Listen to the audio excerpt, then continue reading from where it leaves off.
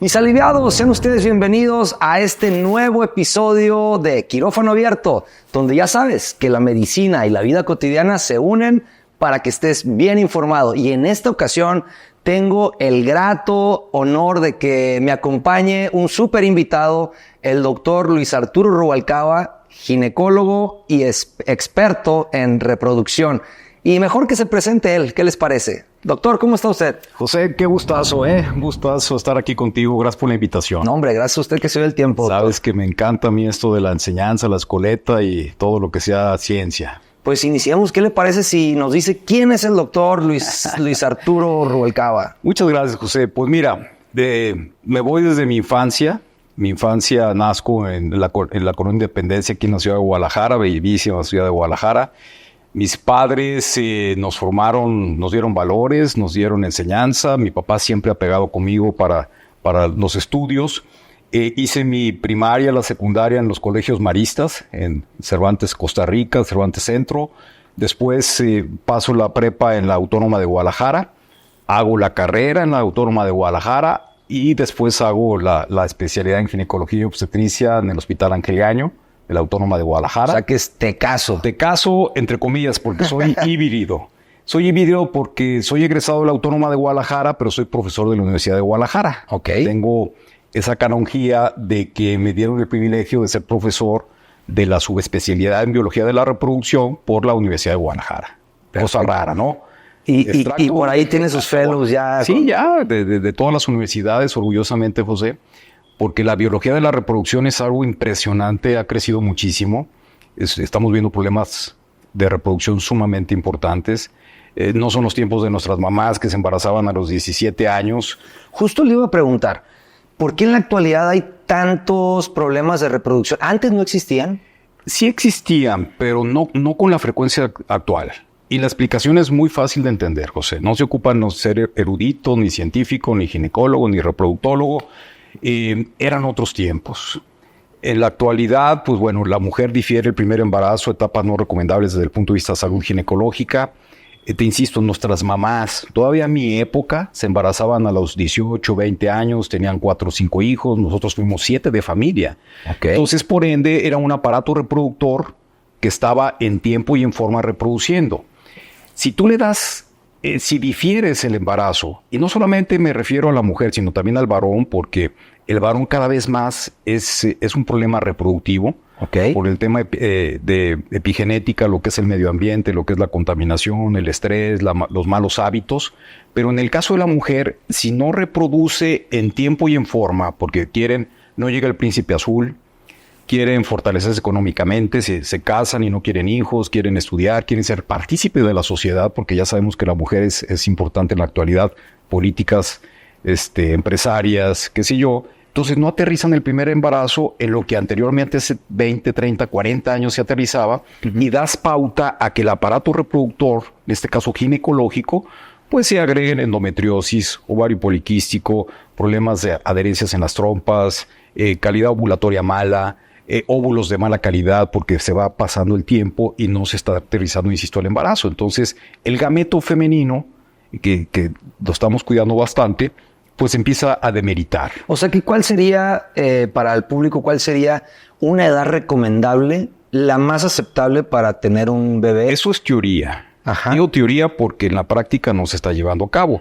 La mejor etapa reproductiva son 25 años. Ya está estipulado científicamente hablando, pero vuelvo a mencionarte que a los 25 años la mujer todavía no está pensando en matrimonio, o si lo está pensando en fortalecerse profesionalmente, económicamente, y entonces vas difiriendo cada vez más a posteriori el embarazo. Cuando a los 25 antes ya tenían 5 o 6, ¿no? 3, 5. A los 18 se casaban y vamos. Fuimos 7 de familia y pues siempre pongo el ejemplo de mi mamá.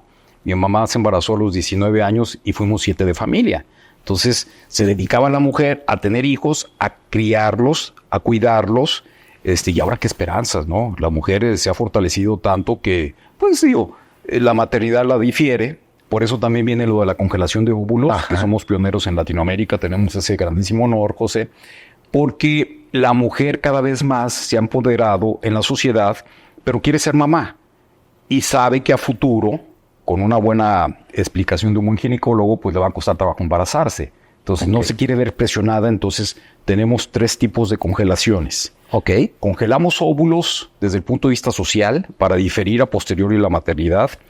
Congelamos óvulos también en mujeres que cada vez más vemos en oncología, precisamente por lo que te acabo de mencionar, que la mujer está difiriendo el embarazo, entonces no ha sanado su paridad. Mujeres que no han tenido hijos, tienen 35, 36, 37 años, tienen cáncer de mama, cáncer ginecológico o otro tipo de cáncer, leucemias, enfermedades hematológicas o de cualquier otro tipo de cáncer.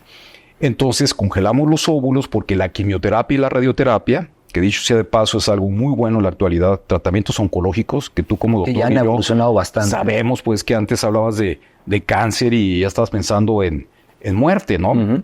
Entonces esos tratamientos muy buenos actualmente de los oncólogos, desgraciadamente te llevan a una insuficiencia gonadal, a una insuficiencia del ovario. Permanente. 80-90% de esos pacientes caen en insuficiencia de ovario o testicular, que no es mucho mérito hablar del testículo porque los espermas los puedes congelar fácilmente, pero el óvulo no, porque hay que entender que en la economía humana, en nuestro organismo, la célula más grande es el óvulo.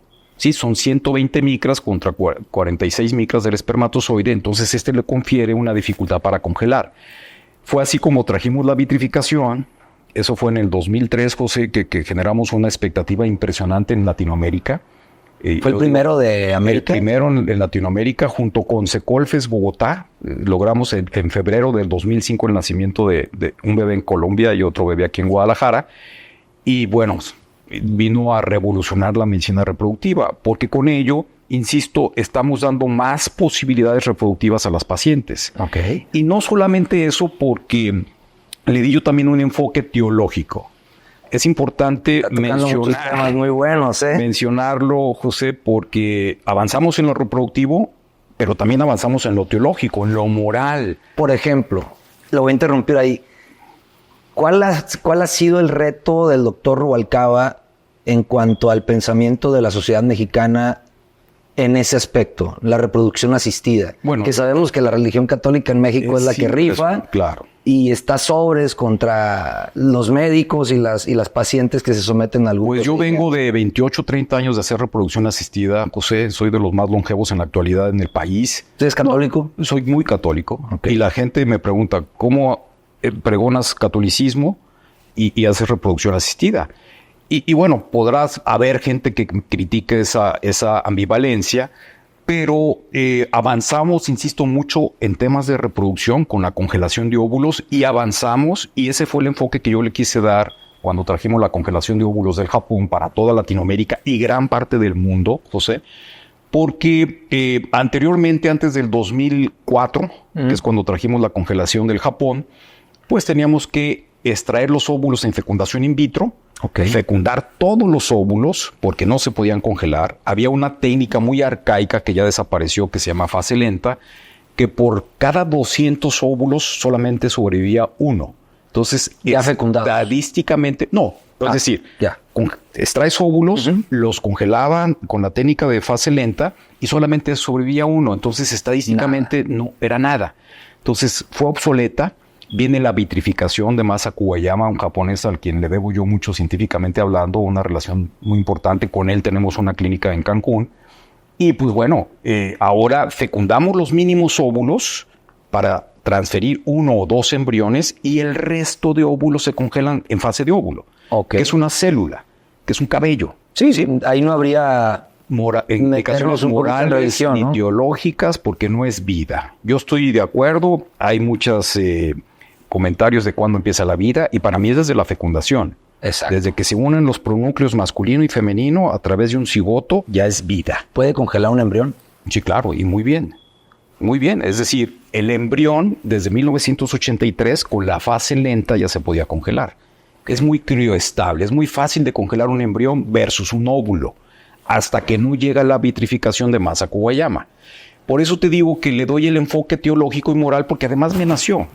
En ese entonces, el cuestionamiento teológico, moral, social, político, por qué no decirlo, era que estábamos congelando muchos embriones. Es decir, Imagínate una pareja joven que extraemos 20 óvulos. Estoy hablando antes del 2004. Sí. Fecundábamos los 20 óvulos y nos llenábamos de embriones.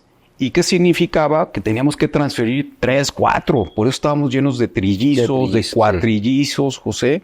Yo lo digo y no es para vanagloriarme porque es una mala práctica médica. Llegué a tener unos quintillizos. Y era porque transferíamos gran cantidad de embriones para lograr la meta que es el embarazo con un control de calidad que no era tan perfecto como el de ahora. Porque ahora hacemos SET, Single Embryo Transfer, un solo embrión. Un solo embrión de muy buena calidad, un solo bebé. Es lo que queremos. Pero el resto de óvulos, de gametos, los óvulos son los gametos femeninos, pues se congelaban y entonces evitábamos tener embarazos múltiples, evitábamos congelar embriones. Entonces imagínate, si una pareja transferías 2 embriones, se embarazaba de gemelos y todavía dejabas embriones 18 afuera. ya. Imagínate la carga moral. Ahí estoy completamente de ahí acuerdo. sí. Oiga, doctor, y hablando de ese tema que es muy, muy álgico aquí en la sociedad mexicana, ¿alguna vez ha tenido acercamiento con algún, no sé, obispo, algún cardenal o alguien que lo haya buscado usted así como, hey, pues, para los que no sepan, el doctor es no directamente. el más famoso de la ciudad haciendo esto, entonces no sé si ha habido algún acercamiento? No directamente, pero te puedo decir, y está plasmado en entrevistas que tuve a nivel nacional, a nivel mundial. Vino prensa de Francia, de Alemania, de Estados Unidos, Canadá, de países de primer nivel, porque somos pioneros incluso antes que países de primer orden. Entonces tuve por ahí el apoyo del cardenal Juan Sandoval Íñiguez. Un cardenal a quien merece todo mi respeto, un super cardenal que abogó por nosotros. Mencionó pues que con esto estábamos disminuyendo la congelación de embriones y claro, lo vio con buenos ojos. Generó una trifulca entre cardenales porque la gente del norte, del sur, mencionaban que cómo podía decir eso el cardenal, que seguía haciendo reproducción asistida, y eso estoy de acuerdo. Pero le bajábamos mucho a la presión de estar abusando nosotros los fertilitólogos de estar congelando embriones, sin disminuir las posibilidades reproductivas, Porque imagínate, en la actualidad, fecundamos los mínimos óvulos necesarios, insisto, transferimos un solo embrión, 2 embriones y dejamos los óvulos afuera, ¿sí? ¿Para qué? Si no se embaraza la paciente, tenemos más óvulos ahí. Se embarazó y ya sanó su paridad la pareja, es una célula, la descongelas y no pasa nada. Insisto, es como un cabello, ya, valga la expresión, ¿no? Entonces le sanamos mucho a la presión. Ahora imagínate el caso de una mujer, de una pareja que se embaraza a los 35 años, 38 años, y se da un bebé, y tienes óvulos afuera de 38 años, y te quieres volver a embarazar a los 43, cuando ya cronológicamente tu físico ya no estás en capacidad de esos óvulos de que dé un embarazo saludable. Porque después de los 38 años estamos ya con riesgos del síndrome de Landon-Down, estamos con síndrome de anomalías cromosómicas, la tasa de embarazo aumenta, ¿sí? Entonces tiene óvulos ahí congelados. Perdón, la tasa de abortos aumenta, y las aneuploidías, las trisomías, que hay que estar muy al pendiente. Entonces, si dejamos esos óvulos ahí congelados, pues podemos darle más posibilidades reproductivas a posteriori a esta pareja, ¿no? O sea, se abren un sinnúmero de posibilidades. Y, por ejemplo, hablando un poquito de lo que yo me dedico, que es toda la salud gastrointestinal, ¿habrá, retomando la primera pregunta, ¿habrá alguna diferencia en cuanto a lo que comemos o nuestra dieta actualmente, que haya tantos problemas, una, de infertilidad y otra de abortos? Porque he visto una serie de amigas y conocidos con muchos abortos. Y bueno, para los que no sabían, y bueno, prácticamente nadie sabe esa historia, yo conocí al doctor justamente porque mi esposa, nuestro primer bebé, desafortunadamente tuvo un aborto, y fue cuando caímos con el doctor Rubalcaba, y gracias al doctor y a mucho cariño, y con todo el cariño que nos brindó, pues tenemos 4 babies, ¿no? Entonces, pues sí tendrá algo que ver nuestra nutrición. Sin duda, pero hay otro factor muy importante, José, que debo mencionar. Y esto es importantísimo. El ginecólogo, lo digo con respeto, yo soy ginecólogo de formación, pero mi chip fue cambiando conforme fui viendo muchos pacientes y problemas reproductivos. Tú sabes, el criterio lo va adquiriendo el doctor con el tiempo, con la experiencia, con los congresos, con prepararte para dar pláticas, con prepararte para escuchar de gente de primer mundo, y fui cambiando mi criterio, porque precisamente empecé a ver un sinnúmero de parejas que tenían abortos. Okay. Yo escuchaba de mis maestros, a quien les debo todo mi respeto y mi preparación, pero no había tanta información en aquel entonces. Yo salí de la especialidad en el 93 y mis maestros pues eran gentes que eran de tradicionalismo, ¿no? O sea, escuchaba una cosa, la transmitía porque le iba bien y que se creía que era la mejor medicina. Y ahora estaremos de acuerdo que son revistas semanales, mensuales, de artículos indexados en revistas de prestigio mundial que deben de estar estipulados estudios ahí que sean bien aleatorizados, que sean bien controlados, estudios hacia atrás, retrospectivos, prospectivos, que te dejen una enseñanza, ¿no? Sí, claro. O sea, que esté pública. Con un nivel de evidencia. Con nivel de evidencia, exactamente, que te permita decir esto funciona y no la medicina tradicional de la cual o esto venimos. Me funciona a mí. Exactamente. Sí, que es muy distinto. Entonces yo escuchaba, y no solamente de mis maestros, de mucha gente, no te preocupes, un aborto es muy común. ¿Cómo va a ser común? No te preocupes, busca el embarazo. Y lo buscaban, y se daba el segundo aborto. No te preocupes, 2 abortos todavía no hay que hacer estudios. Ya cuando tengas 3, a ver, permíteme, ¿cómo es, con qué forma tan ilógica podemos decir a un paciente que con un poquito de criterio va a decir, ¿cómo que va a ser normal? ¿O cómo que el primer embarazo suele ser un aborto? En absoluto. Resulta que si traspolamos lo de la plática al inicio de la charla, pues el medio ambiente, la mujer tiene cada vez más problemas ovulatorios. Sí, por el estrés, la mala alimentación, el cambio de estilo de vida, viajes, todo el mundo viaja, altitud, alimentación, como bien ¿Tendrá tú algo dices. que ver los anticonceptivos? El abuso, no el uso. El abuso. ¿A qué le puede llamar abuso? Abuso, por ejemplo, al abuso de la té de cobre, sí, que son microabortivos que te generan, y no por ser cuestión moral ni teológica, pero te pueden inducir endometriosis, muy diferente al Mirena. Utilizar anticonceptivos por mucho tiempo deja un poquito pasivo el ovario, se llama síndrome pospíldora, pero le das inductores de ovulación, empieza a funcionar. Que ese es otro tema. Pero sin desviarme del primer comentario, José, si tú le das seguimiento a una paciente, yo cada vez que van conmigo para consulta prenupcial, se van a casar, doctor, no queremos hijos en 2-3 años, ahí haces Se planea, haces un enfoque, claro, porque no es lo mismo que te llegue una pareja que cada vez más la estamos viendo, que se están casando a los 35 años, a los 36, 38, y todas se quieren esperar, espérame, ¿cómo?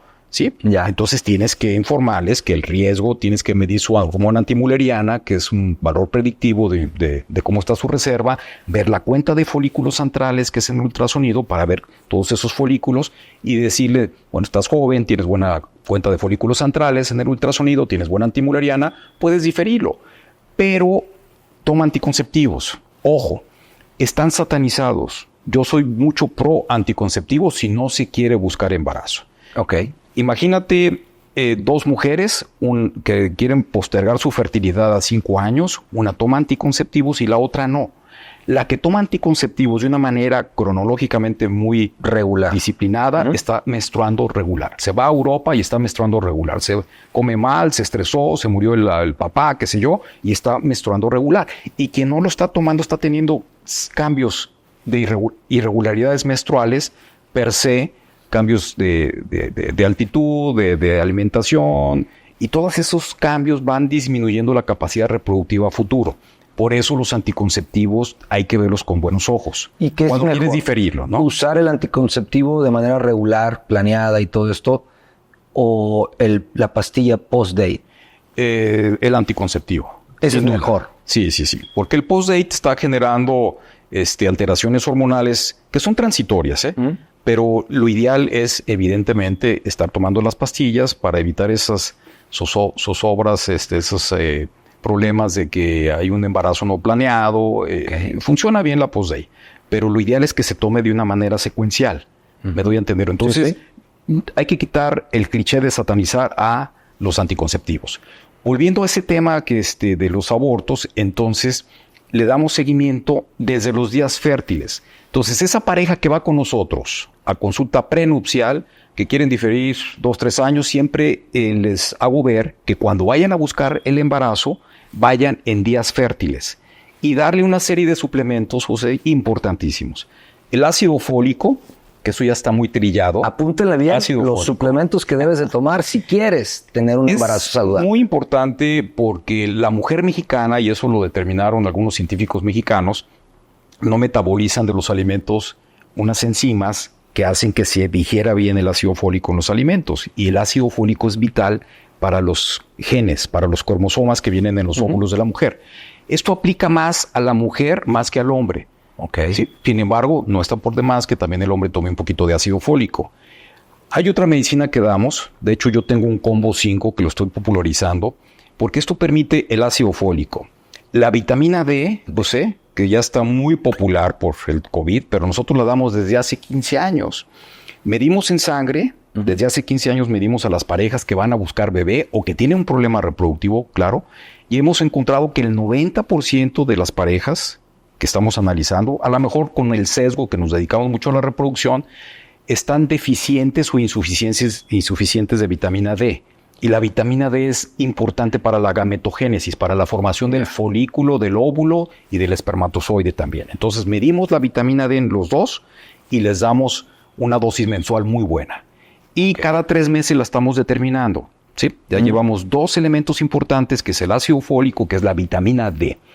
Hay otro medicamento no menos importante que damos, que es un antioxidante, que se llama resveratrol. Ok. Que tiene propiedades muy buenas para oxigenar el aparato reproductor, tanto masculino como ginecológico, y tiene un efecto contra endometriosis. ¿Qué es el omega o algo así? Es un antioxidante un poquito diferente al omega 3 y al 6. Okay. Pero bueno, es parte del combo 5 que estamos dando. Okay. Ya llevamos 3.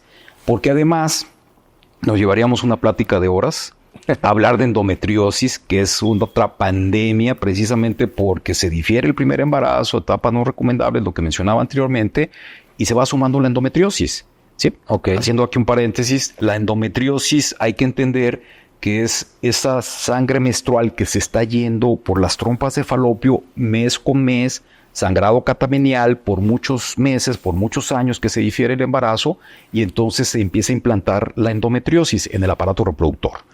Es como un fenómeno muy parecido, valga la expresión, al cáncer. Las personas tenemos nuestro sistema inmunológico fuerte cuando estamos jóvenes, muy fácil entenderlo.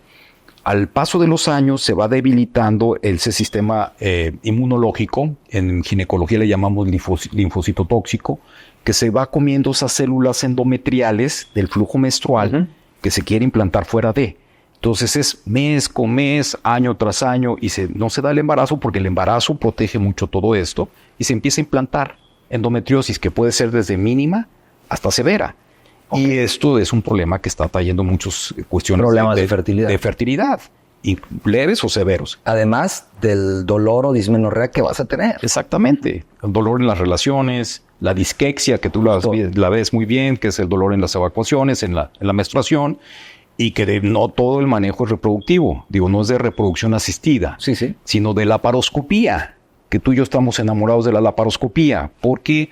Porque para nosotros nuestra filosofía es buscamos el embarazo de la manera más sencilla, que es la natural. Claro. De otra manera, pues hay mucha gente que está abusando de reproducción asistida, valga la expresión, llámese inseminación o fecundación in vitro. Si tenemos tres factores importantes: edad ginecológica buena, que para nosotros es menos de 35 años, y de repente menos de 38, otros fertilitólogos no lo toman así. Buena antimuleriana, que es vital, porque cada vez hay mujeres jovencitas que su antimuleriana y su reserva está muy baja, por factores ambientales también se va deteriorando. Y factor masculino normal, esas 3 condiciones sine qua non para nosotros es natural. Y si el problema es adherencias de las trompas, una buena laparoscopía, el problema es endometriosis, una buena laparoscopía, resolvemos el problema y viene la fecundación in vivo, ¿sí? Dando el seguimiento que mencionaba anteriormente para minimizar el riesgo de abortos. Porque hay una hormona que debo de mencionar, la vemos todos los días alta, se llama prolactina. Okay. La prolactina tiene sus efectos benéficos, claro, con la lactancia, que es mucho. Es una bendición la lactancia.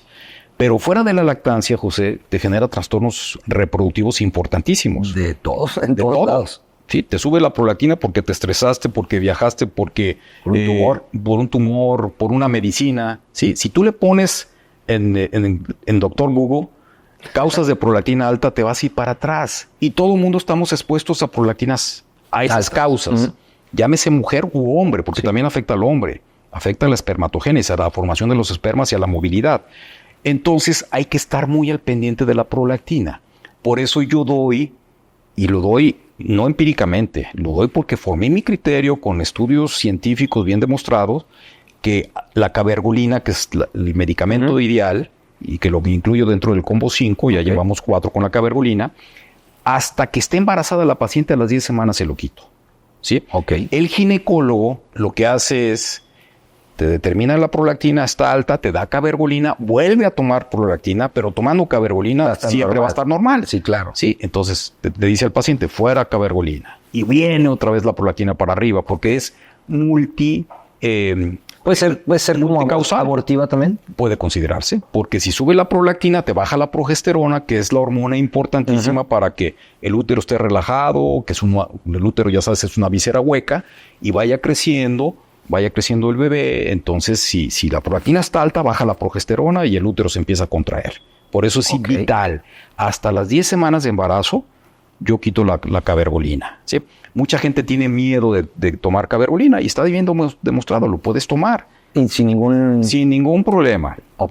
Porque entonces si no, y te sube la prolactina, que te insisto, te sube de todo, hipotiroidismo, cada vez vemos criterios han ido bajando la TSH, sobre todo si el tema es buscar embarazo, y eso también te sube la prolactina. Pero bueno, todo el mundo estamos expuestos a las causas más comunes de prolactina alta, que es el estrés. Y eso, por lo general, me quiero imaginar, bueno, para los que no conocen el sistema, que todo esto usted lo ve desde las primeras consultas. ¿Sabes qué? Tenemos que hacerte todos estos estudios. Siempre. Ya conoces la dinámica de la clínica. Hay doctores que están estudiando conmigo, porque, insisto, cada vez estamos viendo más problemas reproductivos. Quiero mencionar, sin demeritar ninguna especialidad, que la subespecialidad de la ginecología que más está creciendo es la biología de la reproducción, precisamente por todo lo que estamos viendo. Problemas sencillos y problemas severos. Entonces, uno como reproductólogo, como biólogo de la reproducción, debemos de tener 2 brazos fuertes, que es la endoscopía ginecológica, la que platicamos, la paroscopía y histeroscopía, y reproducción asistida, que es casos ya muy severos. Porque cada vez más, insisto, estamos viendo mujeres que ya pasaron los 40 años, pues evidentemente ya la edad, sus óvulos no son de buena calidad. Vemos varones con un problema seminal importante, con problemas espermáticos, por golpes testiculares, por traumatismos, por tumores, por cirugías mal realizadas, varicocelectomías, que son varices en el testículo. Y estamos viendo un sinnúmero de casos que no se puede llevarlos a mecanismo natural. Entonces ahí viene la reproducción asistida. Por eso, y valga la expresión, me quiero ir otra vez al tema moral y teológico y católico. Es una tristeza enorme, José.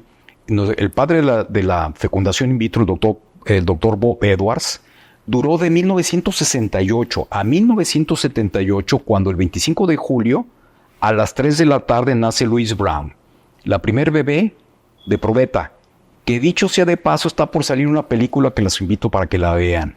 Impresionante. Imagínate 10 años estar trabajando en ciencia animal para poder lograr el embarazo de mujeres desahuciadas. Y en ese entonces, ¿no? En el 78. Porque ahí vas a ver cómo fue satanizado sus trabajos. Le decían Frankenstein. Claro. La Iglesia Católica decía no. Estuvo deteniendo el logro tan enorme que tuvo, no solamente la Iglesia Católica, todo tipo de iglesias, porque sentía que era una falta de respeto a la concepción humana, ¿sí?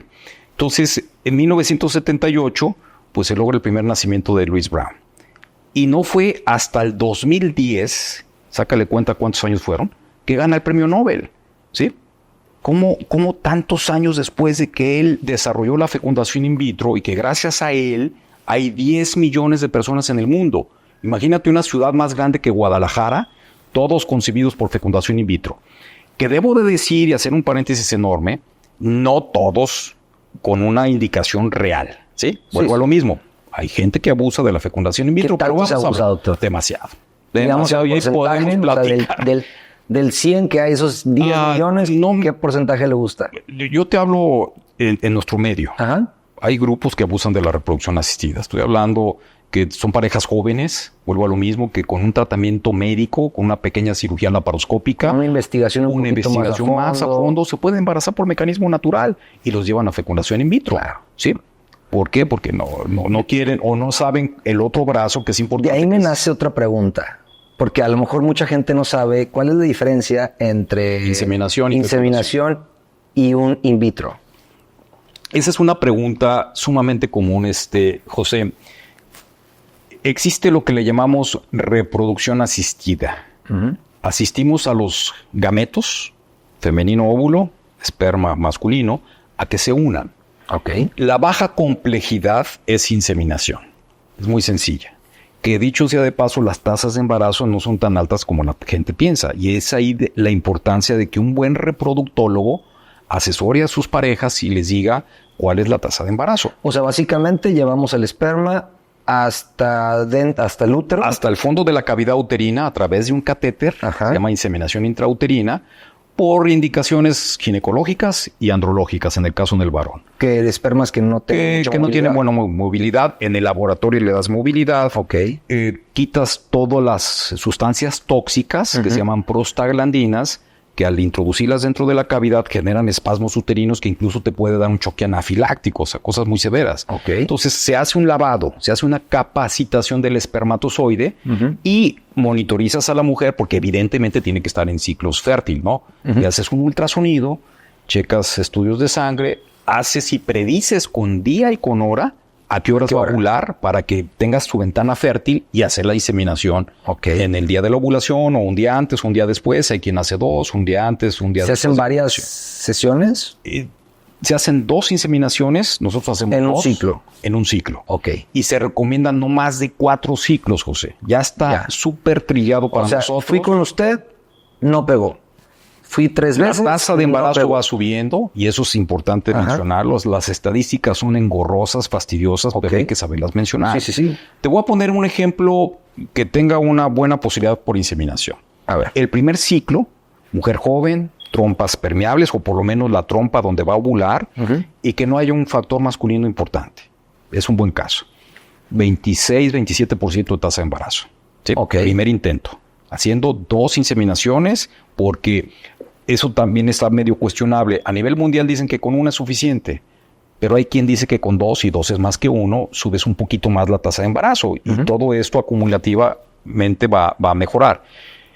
Insistes y si no quitas el dedo del renglón, estoy hablando de una mujer joven que no tiene un problema importante ni un problema seminal, un problema espermático importante. Entonces va subiendo la tasa de embarazo y en 4 ciclos llegaste al tope y ese tope es 70%.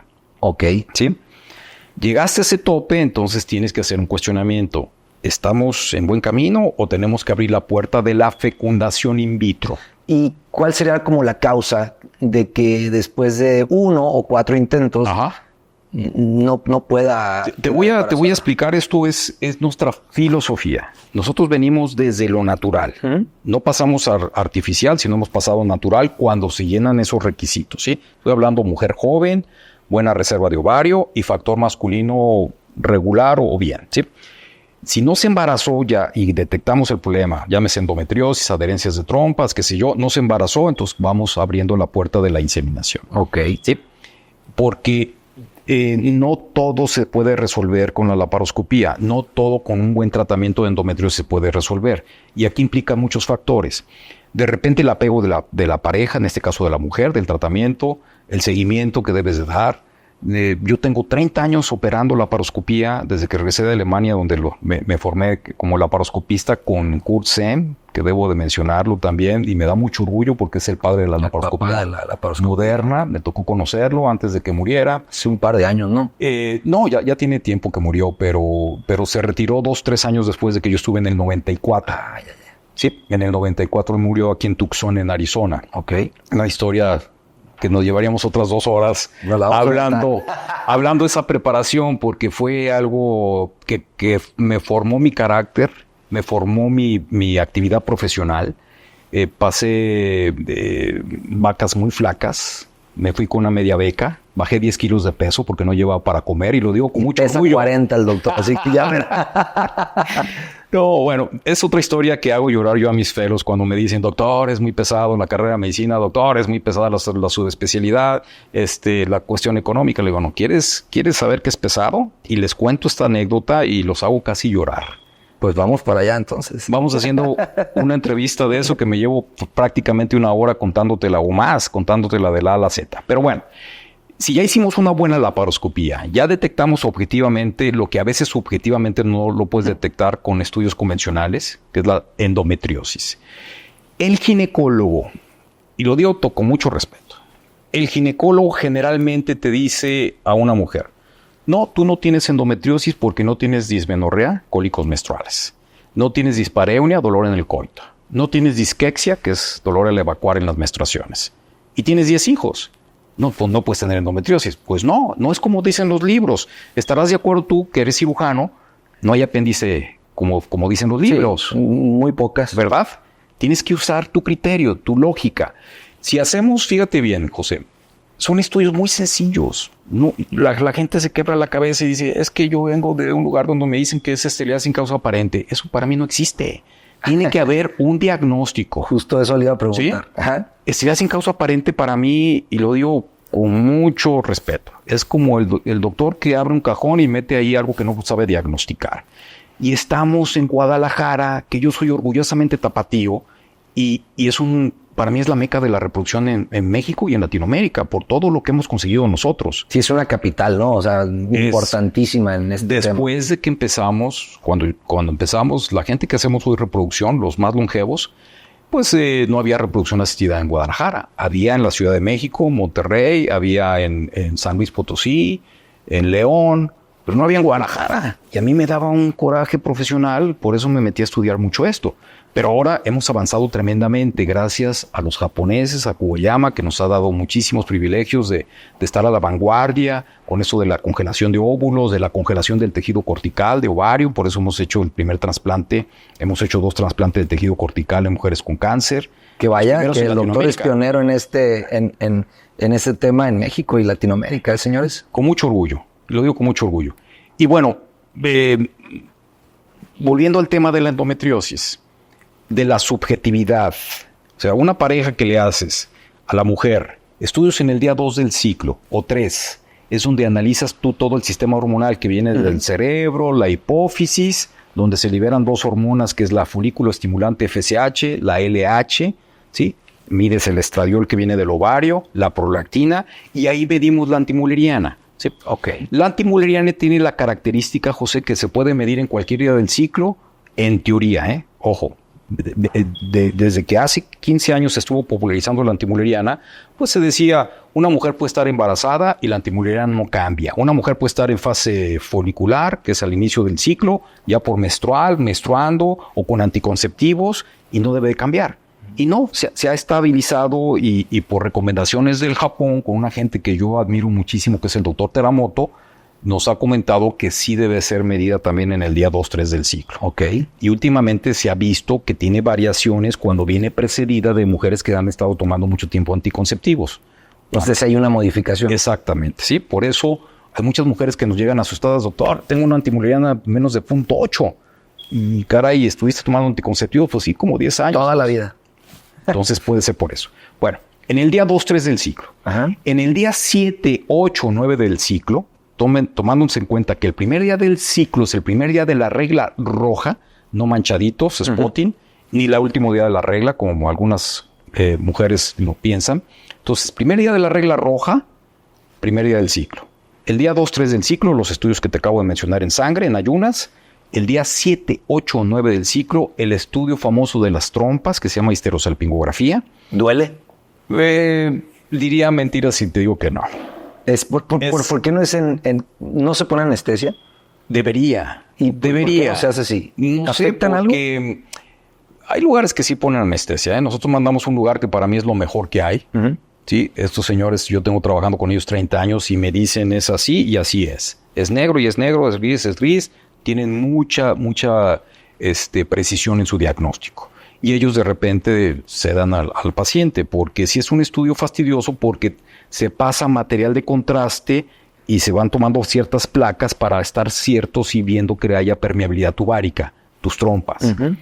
Ese estudio, José, te dice con un valor predictivo muy bueno de si están bien o mal las trompas. Si están bloqueadas, están adheridas, están permeables, qué sé yo. Pero no es bueno para ver la cavidad. Okay. Otro estudio que nosotros anexamos siempre. O sea, no podemos hacer nada más la histerosalpingografía porque dejamos el estudio de la sonohisterografía para estar seguros de que la cavidad está normal. Porque hay un 30% que es un porcentaje altísimo y con eso ya le vamos bajando a ese famoso cliché de infertilidad sin causa aparente, porque ya vamos encontrando la causa. Mucha gente no hace ese estudio y ahí encontramos pólipos, adherencias, cicatrices, sinequias dentro de la cavidad, ¿sí? Entonces, con eso ya hicimos toda la anamnesis, todos los estudios de la mujer. Okay. Sencillo. Y un estudio espermático en un centro de reproducción, debo decir, porque el ginecólogo que no sabe reproducción te manda a cualquier laboratorio.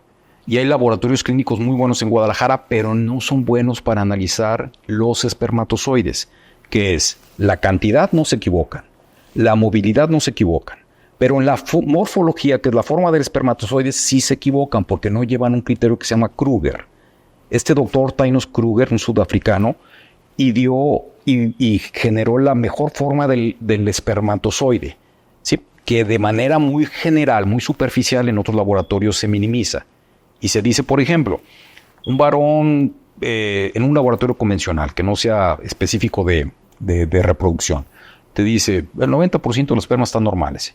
Y tú piensas a priori que eso es lo normal. Y resulta que no, porque no fue criterios de Kruger. Entonces, los criterios de Kruger son muy estrictos y anda más o menos como en el 4% de espermas normales.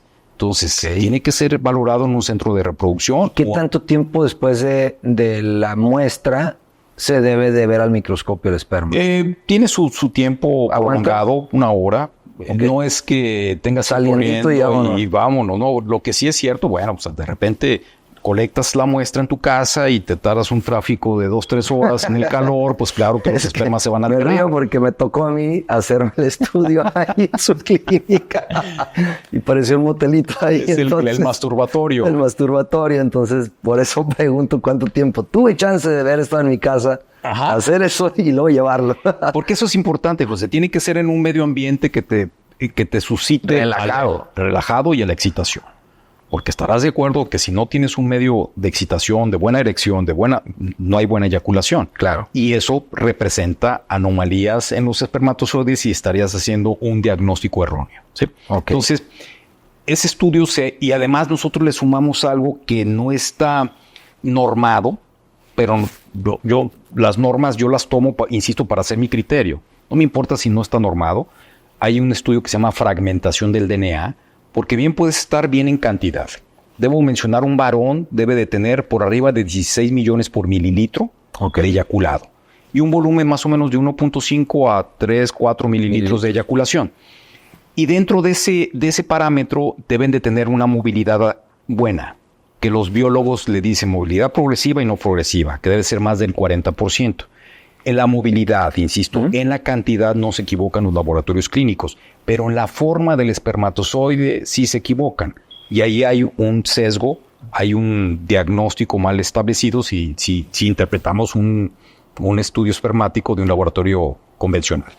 Y si más le haces fragmentación del DNA, insisto, puedes estar bien en cantidad, puedes estar bien en movilidad, puedes estar bien incluso en la morfología, de acuerdo a Kruger, pero si la fragmentación está arriba de 30%, ya de un criterio ya bien establecido por Ivenson, porque el varón fuma, porque tienes varicocele, porque has tenido golpes testiculares, hematomas, cirugías inguinales, qué sé yo, o nació un varón con los testículos arriba, criptorquidia, ¿sí? Que eso es común. Si no bajó el testículo, si no lo bajaron a tiempo, tú sabes que el testículo está en la bolsa escrotal porque la temperatura, parece mentira, pero es más baja en la bolsa escrotal que en el resto del cuerpo. Claro, totalmente. Entonces, se tiene un efecto cose. térmico. Sí, exactamente. Entonces, si está arriba, si no bajó a tiempo, si no lo bajó el cirujano, si no lo bajaron los pediatras con testosterona, pues ese testículo se daña. Y también es un riesgo aumentado de cáncer de testículo. Exactamente, ¿sí?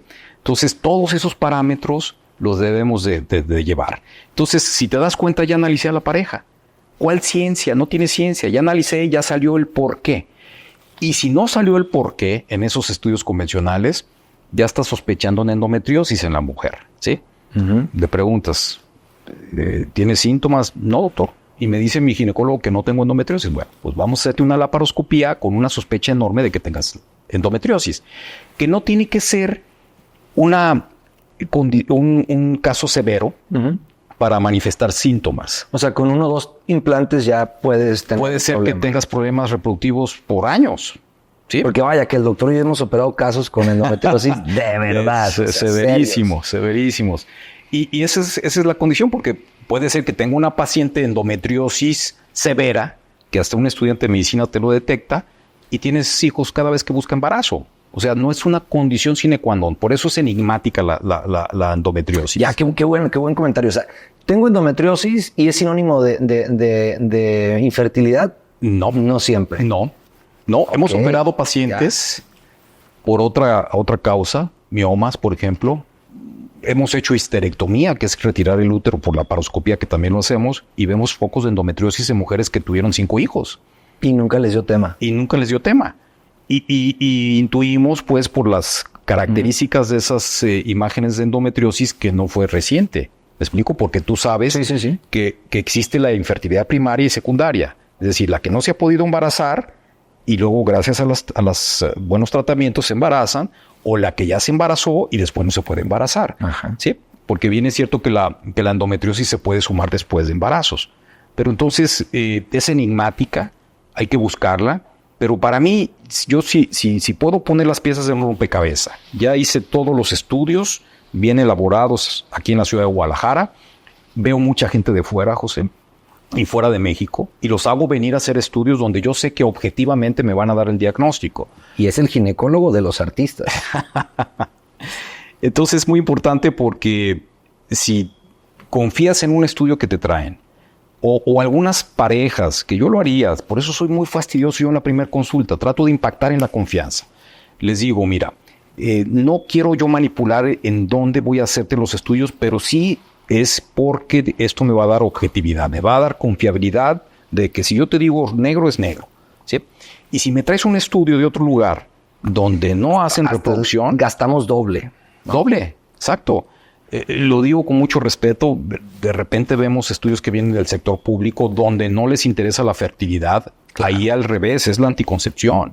Entonces, pues te dicen una cosa y no es congruente con lo que estás viendo o con la clínica del paciente. Entonces, se hacen los estudios y ya tenemos un diagnóstico, o ya tenemos la justificación de decir, caray, tenemos ya todas las piezas del rompecabezas, me falta una muy grandota que se llama laparoscopía, porque ya sé que ahí voy a encontrar endometriosis, y no necesariamente en una mujer que no tiene cólicos menstruales, no tiene dolor en las relaciones, no tiene dolor en las evacuaciones, pero no tiene hijos.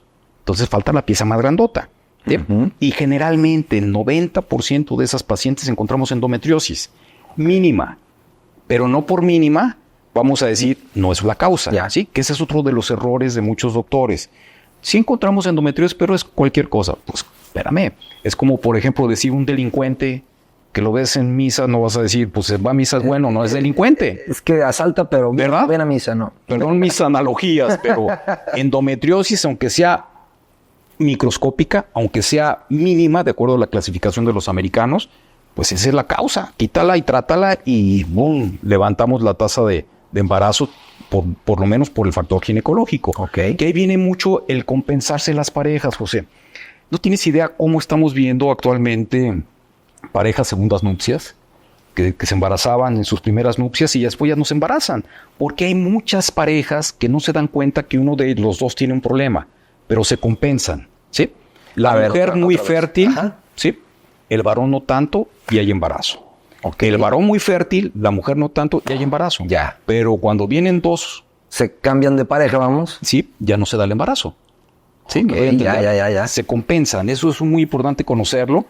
Y navegan y creen que son muy fértiles porque ya tuvieron hijos. Pero al haber ese tipo de situaciones que, pues desgraciadamente se está viendo con suma frecuencia, de segundas nupcias, qué sé yo, o desean otro embarazo, o fallece el primer cónyuge, qué sé yo, entonces estamos viendo esos problemas. Pues muy interesante, ¿no? Doctor, y una pregunta que siempre digo, aquí en las redes sociales me hicieron que le preguntara. Sí. ¿Existen los bancos de espermas? Sí, claro. ¿Y si es cierto que te pagan? Mira, son preguntas álgidas, pero yo nunca les doy capotazo.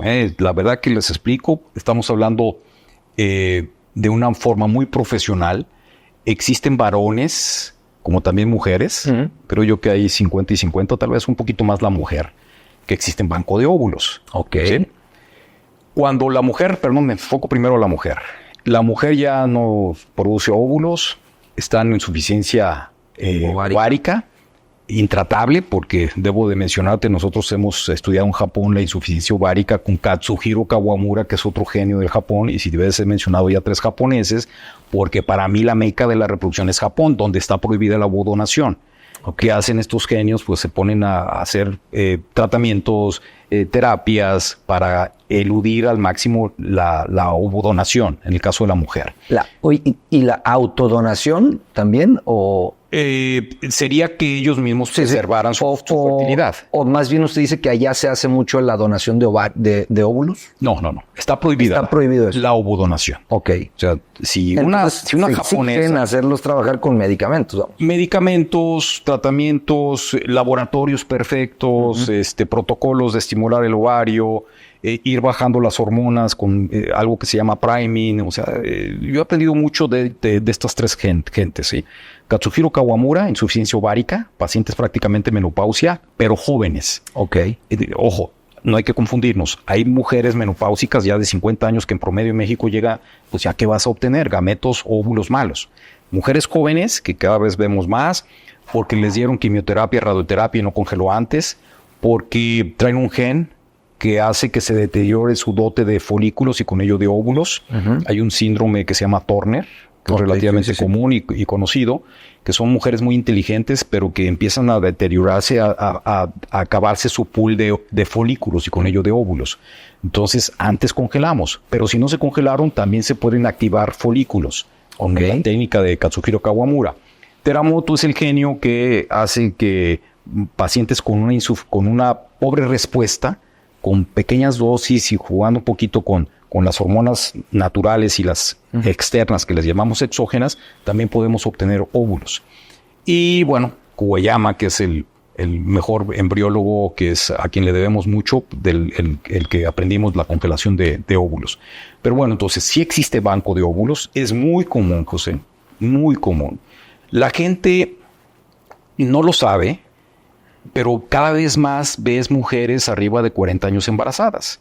Sí, claro. Y entonces dices, si ella se embarazó, ¿por qué yo no? ¿Sí? Pero resulta, y eso es un secreto profesional. O sea, que el óvulo fue de 25. Exactamente. Y no lo dice. Sí. Ya.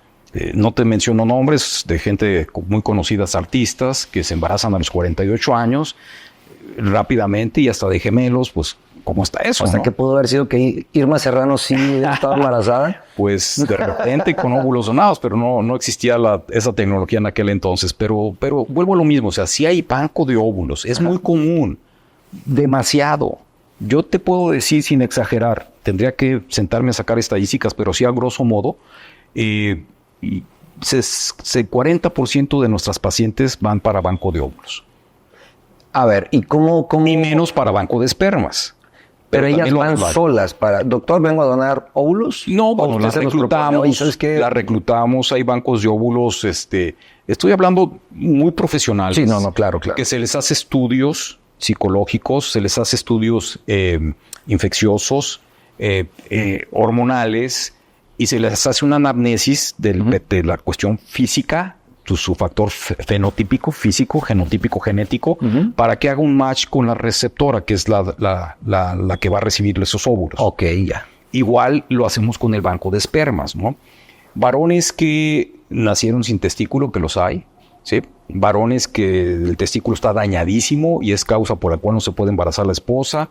Ya le hicimos la lucha, tenemos un excelente andrólogo en nuestro grupo, que es el doctor Moisés Adel, que es urólogo y además hizo sus estudios en Puigverd, en Barcelona, donde es la meca de la andrología, y ya pasó con él, porque todo varón que trae un problema, mínimo leve, lo mandamos con él, porque somos un grupo multidisciplinario. Pero bueno, imagínate que pues no se puede, porque trae un daño testicular irremediable, pues entonces se abre la puerta del banco de espermas y con ello mejoramos la tasa de fecundación. Incluso por inseminación, no necesariamente por fecundación in vitro, ¿sí? Entonces esto es muy... ¿Les pagan? Sí, claro. ¿Cuánto es variable? Un cuate que va a donar? Es muy variable, José. Échese la picardía aquí. No. Más o menos. Es muy variable. 8,000, 10,000 pesos. Por donación. Por donación. Sí, de óvulos, es menos de esperma. No hablo de espermas. No, es menos. Es menos, es que no es lo mismo. O sea, no te vas a hacer rico de esto. No, José, es que además es muy fácil la comparación. Sí, claro. Una mujer que va a donar, tienes que darle inyecciones, sí.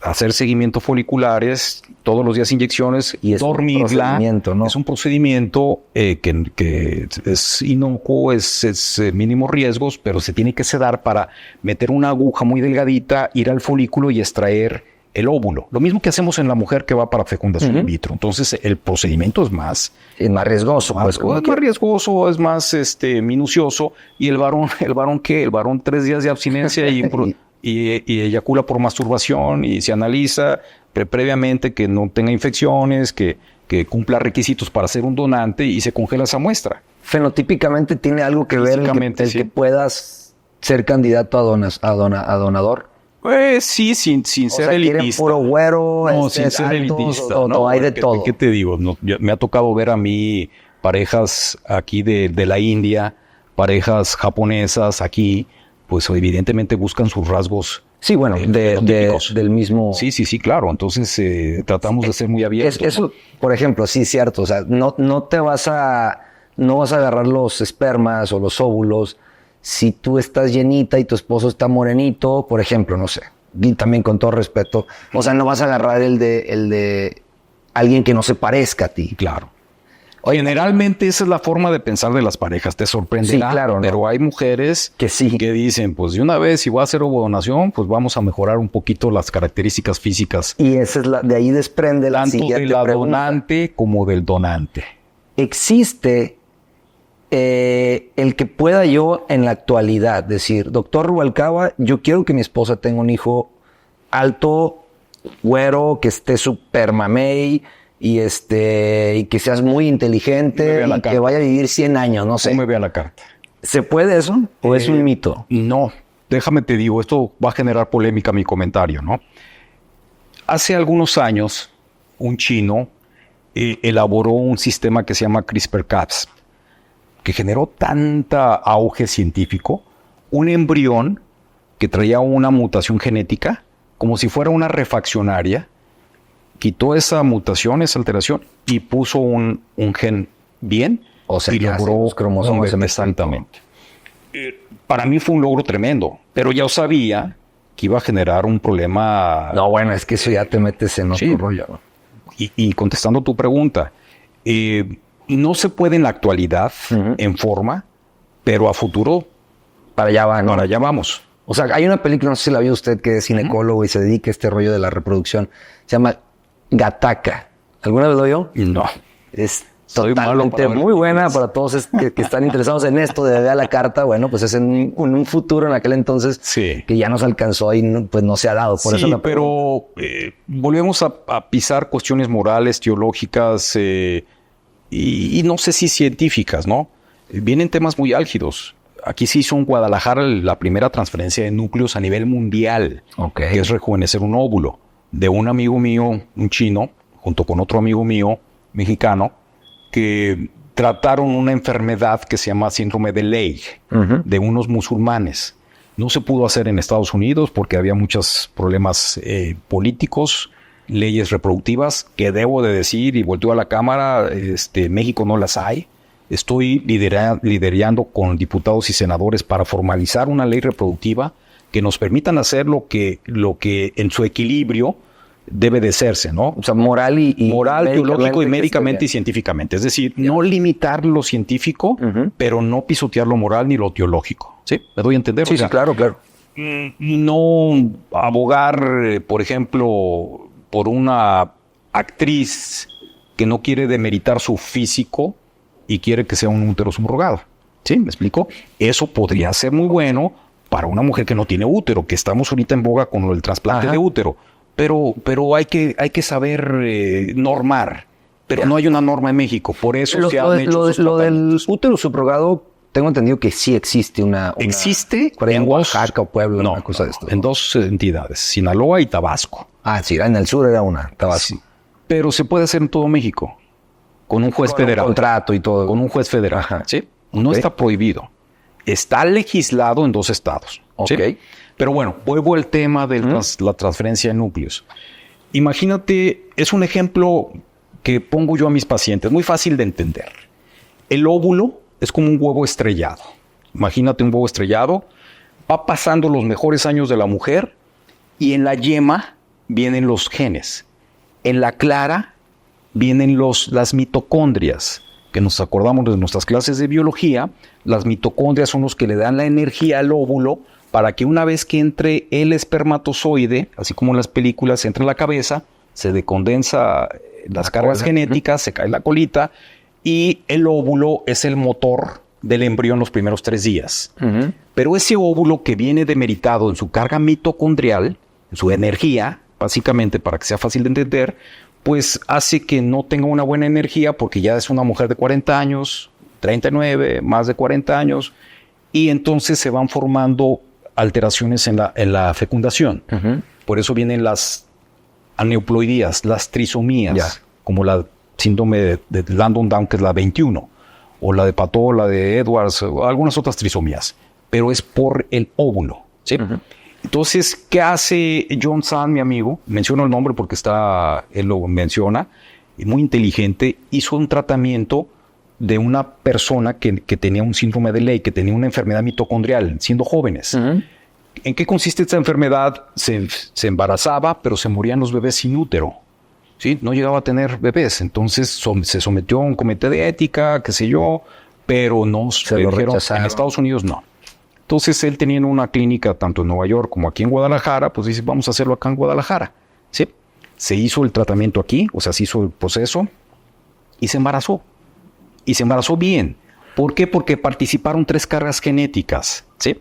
Una donante que donó la clara, donde vienen las mitocondrias, se le quita el núcleo a la donante, se le pone el núcleo de la receptora, de la mamá biológica, se hace electrofusión, se genera un óvulo sano, se fecunda y nace un bebé que está corriendo ahorita en Jordania. ¿Sí? Okay. Entonces imagínate, eso se hizo en Guadalajara. Es algo extraordinario. ¿Eso no es jugarle como al Dios? Es lo que te digo, o sea, debemos de ser cuidadosos porque no me tiembla la voz en decirlo y puedo ser sujeto de críticas.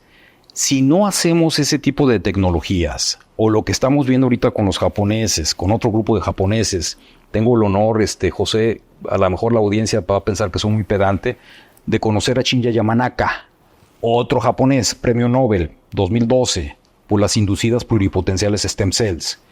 Este señor y su grupo estamos trabajando en conjunto en Kioto, Guadalajara, para hacer in vitro gametogénesis.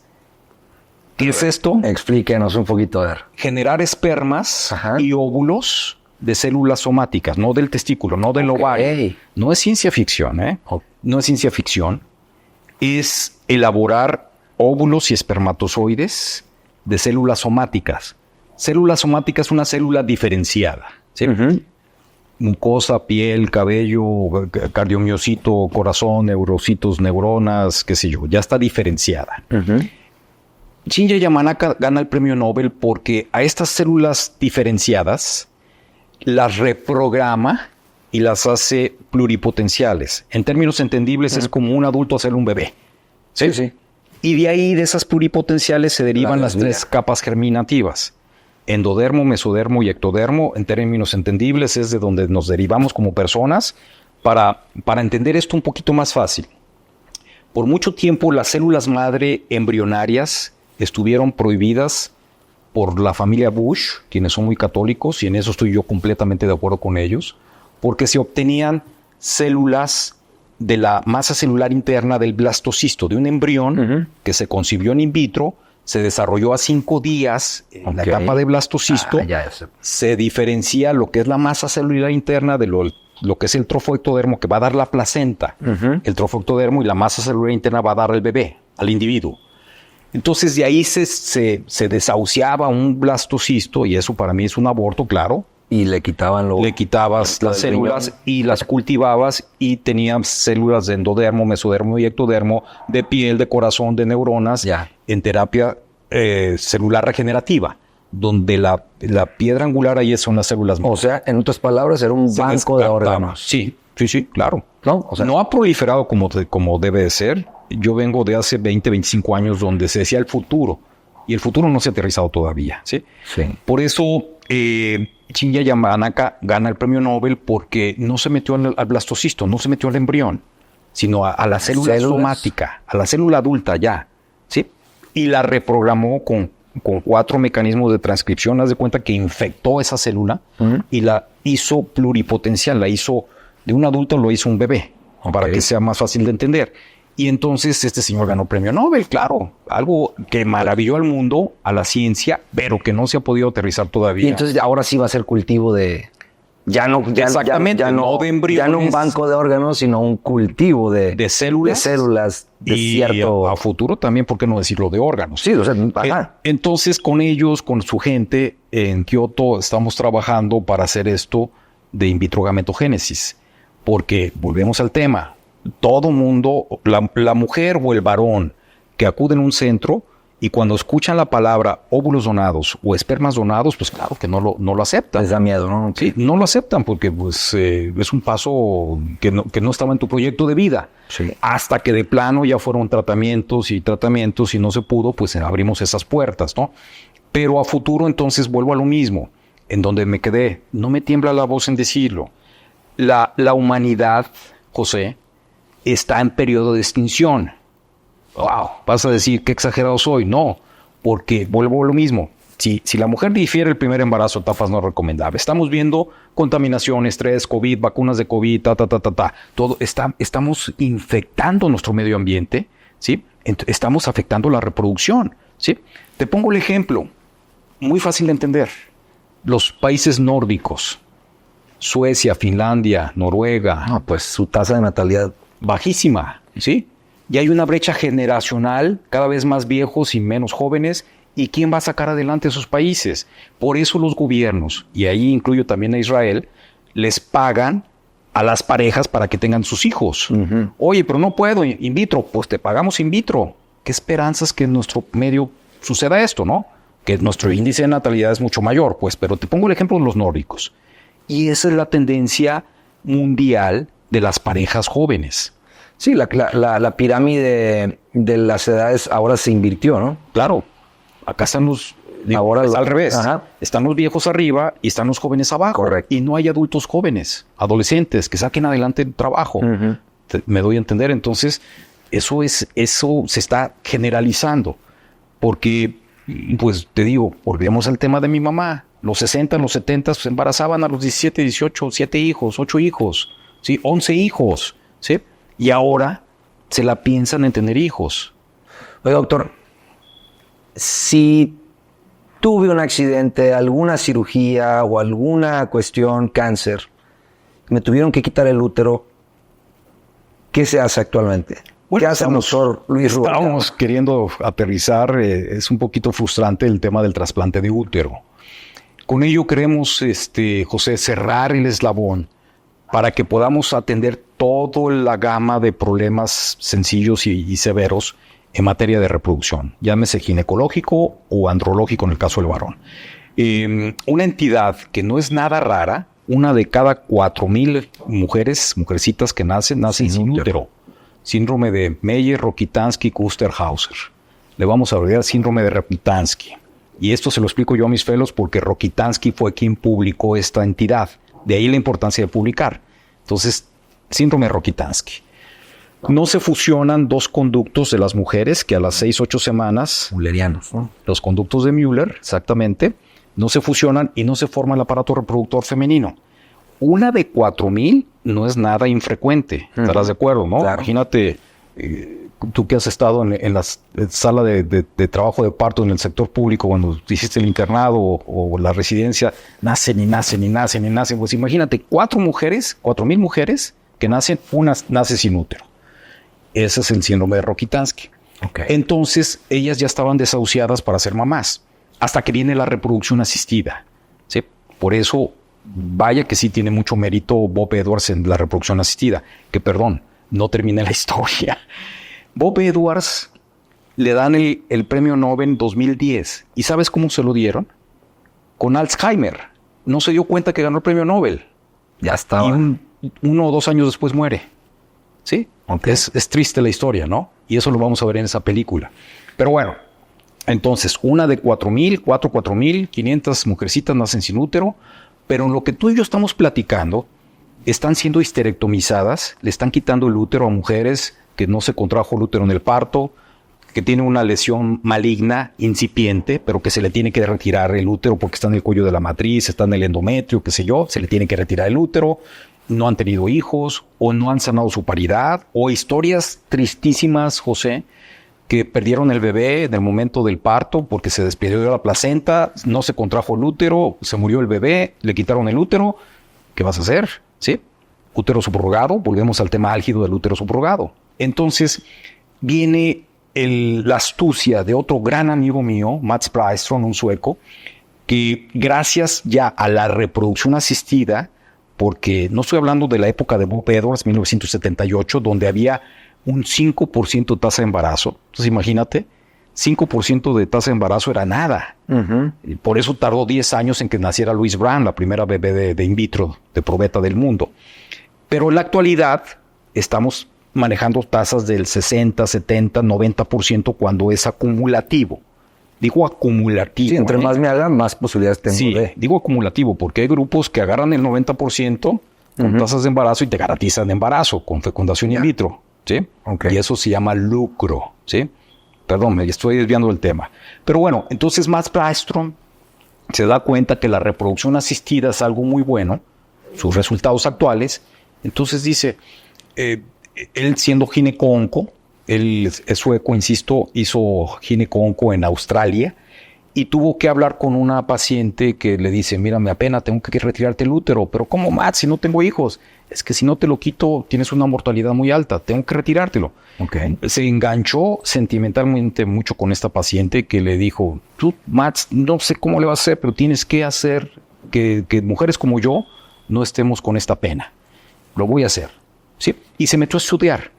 10 años, estoy hablando del 2004 al 2014, que logra el hito de hacer el primer trasplante de útero y de que se embarazara esta mujer. Ok. ¿Sí? Literal, insisto, se trasplanta todo el útero. Todo el útero, sin las trompas de falopio. Sí. Por eso es condición sine qua non hacer primero fecundación in vitro, tener embriones normales en el laboratorio para después transferir, ahí, una vez que se haga el trasplante de útero, ¿sí? Que se empiecen a destetar los inmunosupresores, que ya sabemos, los inmunosupresores son medicamentos para que tolere ese órgano.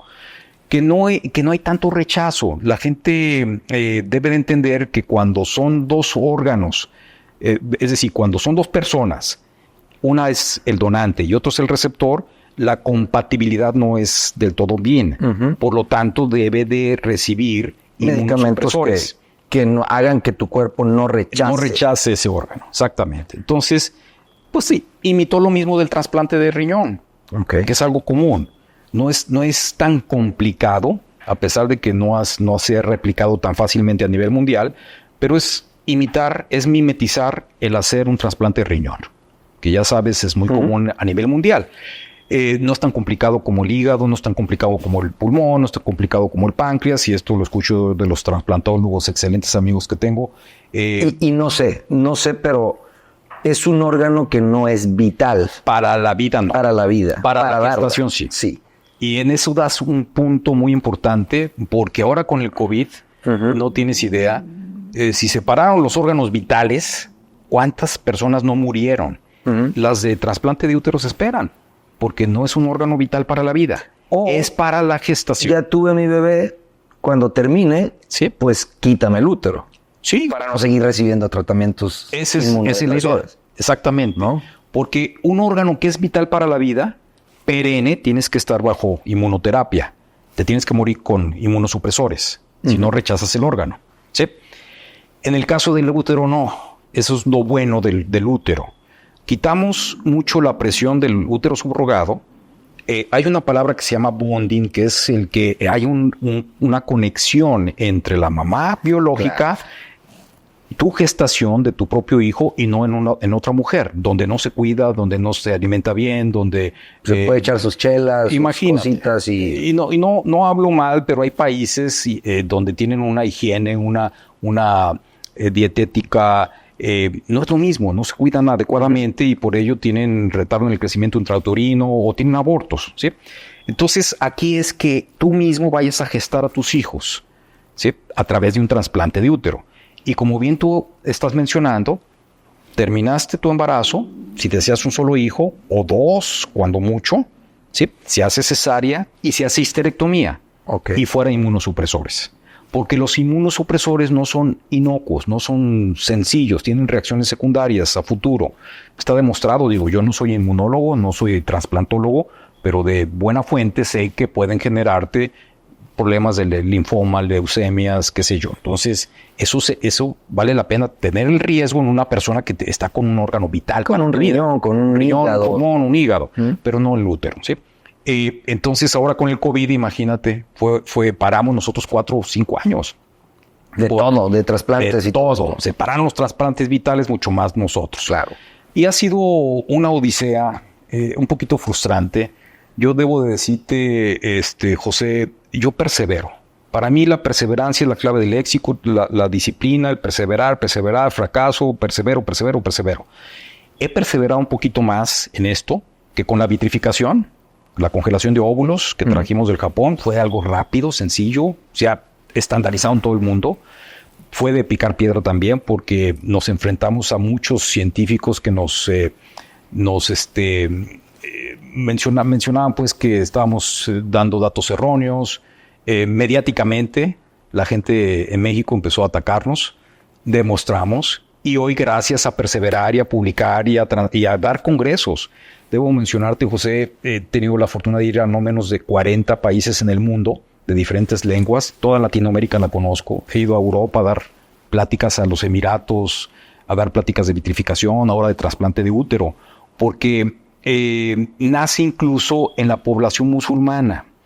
Los musulmanes, un segmento de musulmanes, prácticamente bajo pena de muerte no pueden hacer útero subrogado. Entonces, el primer trasplante que se hizo a nivel mundial fue en el 2000, en Arabia Saudita. ¿Sí? Población musulmana. Fue un fracaso, no tuvieron buena preparación, pero bueno, el segundo fue en Turquía, población musulmana. Una mujer con Rokitansky. Imagínate nada más la historia, que un cirujano plástico fue el quien hizo el trasplante. No un ginecólogo, no un trasplantólogo, no un gineco-onco, no un laparoscopista, un cirujano muy hábil que se dedica a hacer trasplantes de cara, muy famoso, el doctor Oskan, tuvo éxito. Tuvo éxito porque hizo un buen trasplante, pero no logró embarazo. Había abortos, pérdidas gestacionales, y la explicación muy sencilla es que el síndrome de Rokitansky tiene otra variable, que es que nacen sin vagina o con una vagina muy corta. Se llama braquicolpo. Y entonces se tiene que hacer una neovagina, porque no todo es la reproducción. También es la vida sexual de la mujer con Rokitansky. ¿Estás de acuerdo, no? Entonces, esta mujer turca, musulmana, se le hizo una neovagina intestinal. ¿Sí? Ya te imaginarás, la microbiota de esa neovagina, pues, no es la misma que de una vagina normal. Entonces, esos microbios no permitían que se embarazara, o se embarazaba y abortaba, ¿sí? Entonces, no obstante que el útero estaba bien colocado, perfundido, oxigenado, bien, con buena circulación, con las anastomosis, las conexiones de los cirujanos, cirujano plástico, pues bueno, no se logró el embarazo. Tengo entendido que hace poco se logró el embarazo, pero fue muy criticado porque desde 2011 hasta 2021, 22, que se logra el embarazo, estuvo bajo inmunosupresión esta mujer. Wow. O sea, ella misma. Ella misma se aferraba a que no se le retiraran el útero. Ya. ¿Sí?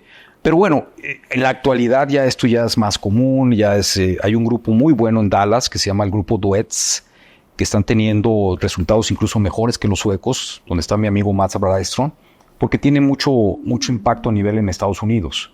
Entonces, están teniendo resultados muy buenos, están quitando los inmunosupresores más rápidamente, no como lo hizo Mats, porque debo de mencionarte, yo a Mats lo admiro muchísimo como persona y como científico y cirujano, porque se fue muy lento, dijo.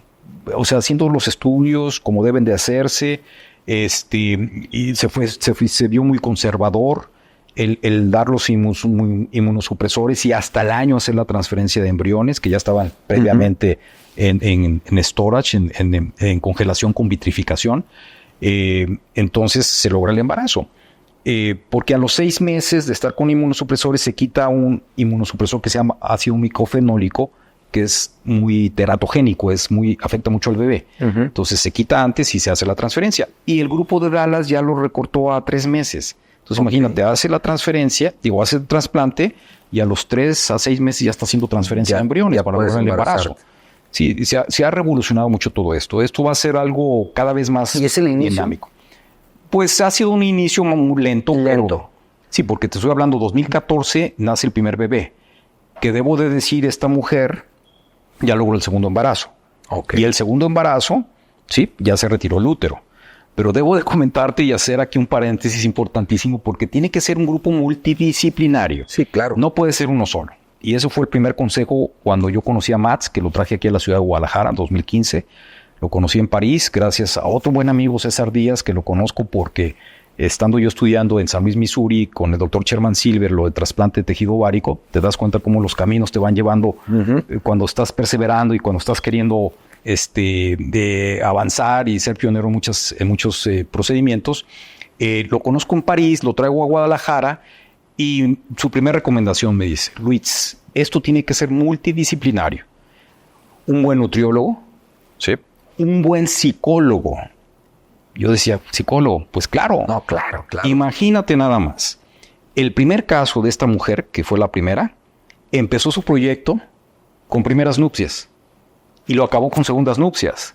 Entonces imagínate, ya estás pensando en lo que yo dije, pues caray, se tiene que hacer una buena anamnesis, una buena análisis psicológico de la estabilidad de la pareja, porque el proyecto de ellos era un proyecto de gestación. Claro. Entonces imagínate el desastre de hacer un trasplante que implica lo que nosotros los médicos le llamamos morbilidad. No es inocuo, puede haber riesgos. Hasta ahorita no ha habido muertes, gracias a Dios, pero pues una fístula, una hemorragia, rechazo del órgano, porque ha habido rechazos, claro, y de repente ya no están las nupcias, ya no está la pareja. Entonces se hace el trasplante en el proyecto de otro también. Sí, afortunadamente, pero tienes que hacer esto, ¿no? Entonces, psicólogos, trasplantólogos, gineco-oncos, laparoscopistas, cirujanos robóticos, o sea, todo un grupo multidisciplinario, inmunólogos, para llevar a cabo, como lo llevó Mats y el grupo de Dallas, prácticamente a la perfección. Y todo esto también, insisto, un grupo de reproducción que nos dé un buen porcentaje de tasa de embarazo transfiriendo un solo embrión. Aquí sí no cabe que 2. Exacto. 1, porque imagínate la complicación tremenda de que embarazas a una mujer con trasplante de útero, con inmunosupresores, con las anastomosis, con el flujo, y con gemelos. O sea, se puede romper el útero. Puedes tener ruptura uterina, ¿sí? O sea, ya per se el embarazo gemelar, la morbimortalidad. Exactamente. Ya per se el ser un embarazo gemelar aumenta la morbilidad. Y un útero trasplantado, no, ese ya sabemos, es una regla. Tiene que ser single embryo transfer, un solo embrión. Lo cual tiene que ser perfecto ese embrión. Y si es normal, porque antes lo analizamos genéticamente para estar seguros de que es una niña o un niño, que eso es lo de menos, pero que sea normal. Porque si transferimos un embrión que no es euploide, que es el término normal, pues lo puede desconocer y viene un aborto. ¿Sí? O sea, normal para la audiencia es que venga los sano, genes, con si tú todos sabes, con hombres todos 46XY, mujer 46XX, que vengan todos sus pares de cromosomas, Ok. eso lo podemos analizar en in vitro. y en cualquier otro paciente también se puede hacer. Sí, claro. Vuelvo a lo mismo, lo que estamos viendo en la actualidad. Mujeres que ya están después de los 40, es una muy buena recomendación el hacer el estudio genético preimplantatorio para estar ciertos de que vamos a transferir un embrión normal y no un embrión que traiga alguna anomalía. Y si llega una mujer que le diga, oiga, yo tengo una carga genética de cáncer de También. colon y de diabetes en mi casa.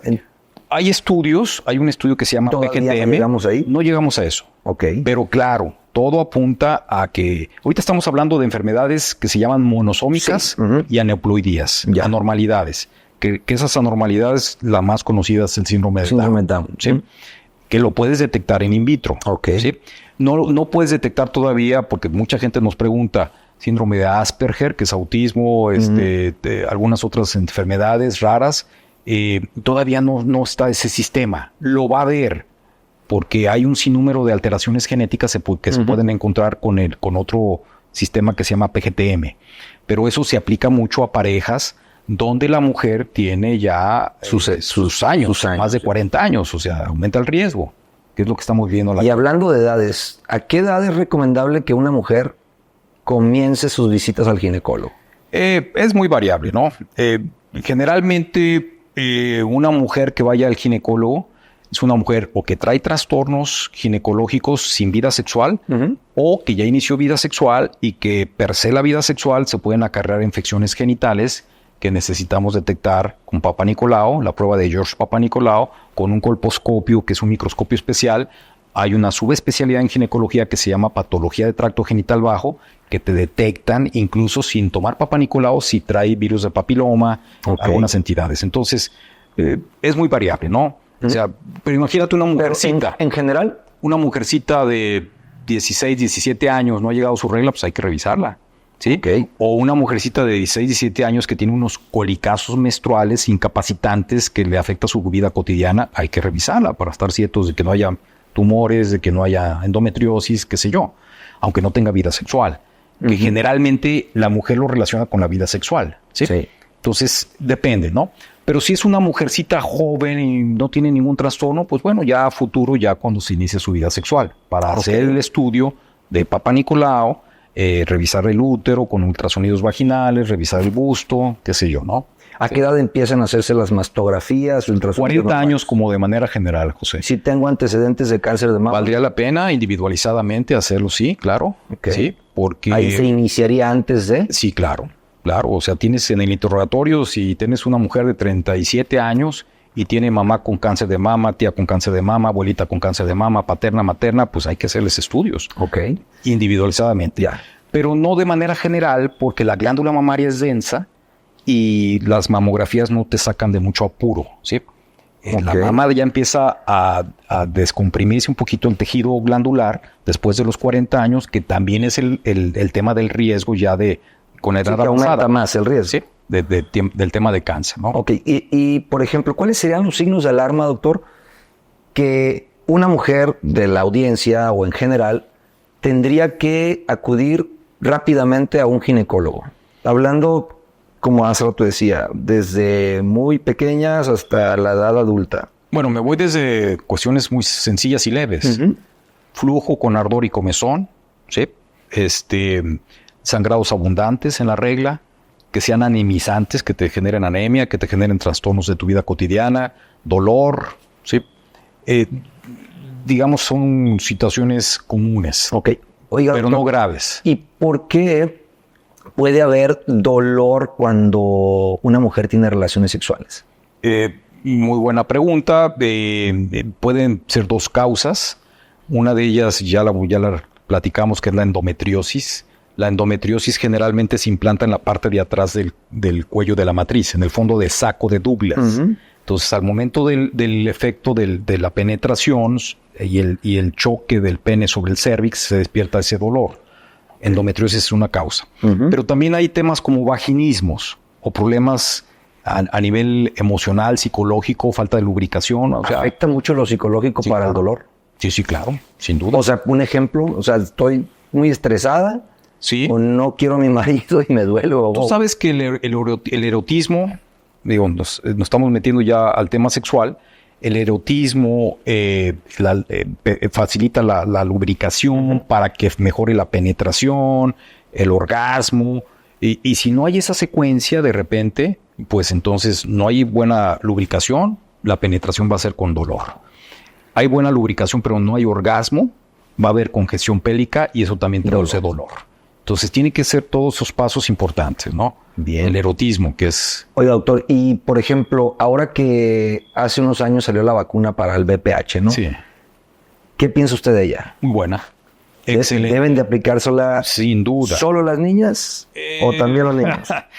Yo diría que todo el mundo, ¿eh? Porque ¿quién es el portador asintomático? Bueno, sí, pues podríamos decir, ¿no? Asintomático. Mira, sin darme de especialista, porque es un tema de subespecialistas, pero bueno, te debo decir que como ginecólogo hice mi tesis con un excelente doctor, un maestro mío que maneja ese tema muy bien. Existen muchos serotipos de virus de papiloma. Antes de que se inicie la vida sexual, hombre y mujer, porque ya que se inicia la vida sexual, tú ya no sabes si acarreaste. Si ya la traigas. Ya la traes. Te protege de los serotipos más oncogénicos. Ya. Que ya dicho con toda propiedad, ya es una ventaja. Pero esto hay que saberle explicar al paciente, porque si tú le pones la vacuna a una mujer, doctor, mi vacuna contra el VPH, de los serotipos oncogénicos, que si no mal recuerdo es el 15, 16, 18, 31, 33, 45 y se me escapan otros más, te digo, no soy experto en ese tema, ¿no? Pero te protege de esos serotipos que en México son el causante en el 90-95% de cáncer cervicouterino, pero no de todos. Y de repente te sale una verruga, un condiloma, que está causado por el 6 y el 10, que son altamente infectantes, pero poco poder oncógeno. ¿Sí? O sea, el otro es más oncogénico, te genera más cáncer, pero poco poder infectante. Entonces, de repente te dice, ¿pero cómo? Si ya tengo vacuna. Pues sí, pero no estás vacunada contra todos los serotipos. ¿Sí? Es un tema álgido. Yo sí abogo porque se pongan y antes de que se inicie vida sexual. Y cuando inmunológica, se está recomendando 9, 11 años de edad, cuando inmunológicamente o cuando se supone que esa edad todavía no se ha iniciado vida sexual. Para hombres y para mujeres. Sí, eso es importante. Y la verdad quiero mencionar, no soy experto en el tema, no quiero ser cuestionado ni criticado por ginecólogos que son expertazos en esto. Es impresionante cómo hay ginecólogos que con solo la imagen colposcópica te detectan una lesión premaligna o maligna, que nosotros, los que no somos muy ávidos de esta tecnología, solamente con Papá Nicolau, digo, no se nos pasa, pero tenemos que recurrir a las técnicas anteriores, ¿no? Ok. Porque te digo, las subespecialidades ahora ya son cada vez más frecuentes, pero debo de mencionar, nosotros vemos también mucho virus del papiloma. Está descrito que en el varón puede modificar la movilidad del espermatozoide. También tiene tema ya no es tan asintomático, no, si le rascas vas a encontrar, ¿no? Ok. Es, debo decirlo, el contacto es actividad sexual, el microtraumatismo entre el pene y la vagina. Hemos escuchado comentarios de gente que trata de eludir la responsabilidad de una de la pareja, la mujer o el hombre, por la multiplicidad de parejas sexuales, que les dicen, no, pues te pudiste haber contaminado con una en la taza del baño, ¿no? Eso es tapar el sol con uno. Sí se puede. Tapar el sol con un dedo. O sea, quita el mito, doctor, porque el mito hay que quitarlo. Y la gente que sabe de esto sabe. O sea, no me puedo contagiar de VPH en la alberca. No. Ni en el baño público. Ni en la laguna de Chapala, ni con una pantaleta contaminada. O sea, no es magia, señores. Sí, no. No, hay que ser claros, ¿no? Es ahí donde, pues, es un tema un poquito álgido, porque se sataniza a la mujer o al hombre cuando se habla de virus de papiloma. ¿De dónde viene? ¿Dónde nace? ¿Sí? ¿Tú me lo trajiste? No, tú no. Y ahí empieza el rollo. Doctor, y por ejemplo, hablando para todo nuestro público, que nuestro rango de edades en el canal pues va de los 35 a los 60 años. Sí. Y 45% de nuestro público son mujeres. Sí. Y me gustaría hablar un poquito de que le hablara a la cámara diciéndole a las mujeres que tienen o que van iniciando esa menopausia, ¿qué pueden esperar? ¿Qué van a sentir? Mira, el ovario empieza la senescencia, empieza a disminuir su funcionamiento. El ovario tiene dos funciones principales: producción de hormonas y producción de una célula que ya la hablamos toda la charla, que es una célula germinativa que se llama óvulo. Para cuando empieza la menarca, que es la primera menstruación en las mujeres, empieza a funcionar el ovario porque viene estimulación desde el cerebro, ¿sí? Más o menos por ahí de los 9, 10 años. Empieza a estimularse el cerebro, la corteza cerebral, a la hipófisis empieza a liberar la folícula estimulante, la luteinizante, que son dos hormonas que van a regular el que el ovario empiece a funcionar, ¿sí? Es común que una mujercita de 13, 12 años que empieza su menarca tenga ciclos irregulares porque todavía no madura todo su sistema. Tarda más o menos 2 años. Es raro, las hay, claro, que llevó su regla y sigue siendo regular toda su vida reproductiva. Pero generalmente llega la primera regla y se va y luego regresa y es un poquito irregular porque todavía no madura el sistema, que le llamamos el eje hipotálamo hipófisis gónada, que significa el cerebro, la hipófisis y la gónada, que es el ovario. Y después viene la ovulación. Y esa ovulación, José, permite que el primer día de la regla, y esto es muy fácil de entender, ¿no? Primer día de la regla, vamos a traspolar el ovario, empieza a desarrollarse un folículo que va creciendo por la folícula estimulante, va creciendo, llega a un diámetro entre 16 y 23 milímetros y el ovario le manda un mensaje al cerebro para que libere la luteinizante, Y entonces que la madura el folículo, lo rompe, sale el óvulo, ¿sí? Que es cuando se busca el embarazo, o si no se busca el embarazo, permite pues que se ovule y se pierda ese gameto, y se cierra el folículo y se forma el cuerpo lúteo. Entonces el folículo, al ir creciendo, produce estrógeno. Cuando se ovula y se cierra el folículo y forma el cuerpo lúteo, produce progesterona. Entonces la primera fase es de estrógeno, se ovula y luego viene la progesterona. Y esa sincronía de estrógeno-progesterona prolifera y secreta y desprende el endometrio en forma de sangrado menstrual, catamenial, regular, ¿sí? Por eso se llaman reglas. Regla es un término popular, José, de algo medible, pero no todas las mujeres tienen su regla regular, ¿sí? ¿Estás de acuerdo? Entonces, ya estamos en la etapa reproductiva, está fértil, está regular. Viene la senescencia, que generalmente es como por ahí de los 45 años, donde ya se empieza a perder la capacidad de ovular. Entonces ya no se produce progesterona, ¿sí? Okay. Entonces hay estrógeno y empieza a haber otra vez irregularidades con la regla, ¿sí? Va bajando la producción de estrógeno y esa baja de estrógenos empieza a generar, junto con el incremento de la FSH y LH, porque la FSH y la LH empieza a subir como respuesta de que el ovario ya está envejeciendo, ¿sí? Y esta falta de estrógenos y este incremento de estas FSH y LH, a nivel facial empieza a haber dilatación de las venas, las arterias, y son los famosos bochornos. ¿Sí? Los hot flashes. Púntele. ¿Sí? No todas las mujeres tienen bochornos, pero es un síntoma de que ya hay insuficiencia del ovario. O sea, hay un bajón de la temperatura y luego subidón. Exacto. Se empieza. Esas oleadas calientes que generan insomnio, sequedad vaginal, la falta de estrógenos, la falta de lubricación por los estrógenos genera dolor en el coito, el piso pélvico empieza a caer, por eso empieza la incontinencia urinaria de esfuerzos.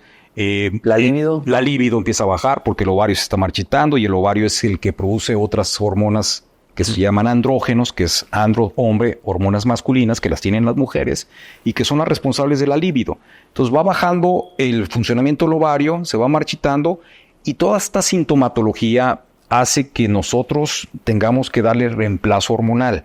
No a todas las mujeres, claro. Hay que individualizar, volvemos al tema del cáncer de mama, que es hormonodependiente, al cáncer de endometrio, tenemos que individualizar.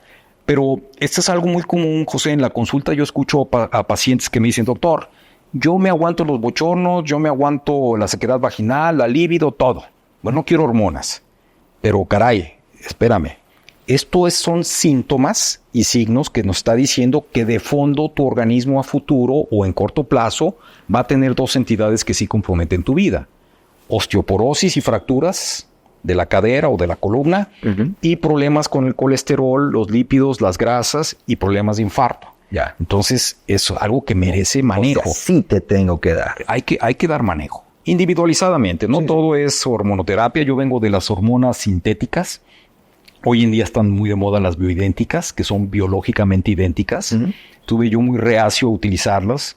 Y caray, serán cuestionadas para mucha gente, eran cuestionadas para mí. Pero empecé a ver yo pacientes que me las pedían, porque escuchaban de otras amigas que les iba bien con las bioidénticas, que son exactamente las que producía el ovario en su etapa fértil y que ahora ya no las produce, pues ya hay preparados a través de un pellet, ¿sí? O a través de cremas, que trata de darle el soporte a tu organismo. Inyectas y va dentro una con un troncar, en la pompa se pone un pellet que va liberando hormonas, generalmente son andrógenos, que se convierten en estrógenos, además pomaditas de progesterona, y esto es muy popular en la actualidad. Criticable para mucha gente. Para mí ya no, ¿eh? Yo los he escuchado mucho. Yo me metí a estudiar ese tema. Pero para aumentar la libido. También, porque te dan andrógenos. O sea, aparte de la senescencia del ovario, es eso. Pero también para el varón. Pero el problema del varón, y me ha tocado, volviendo al tema reproductivo, que les han puesto pellet y les han puesto andrógenos y mejora su estado físico, atlético y líbido, pero te bloquea el sistema hormonal y te bloquea el testículo.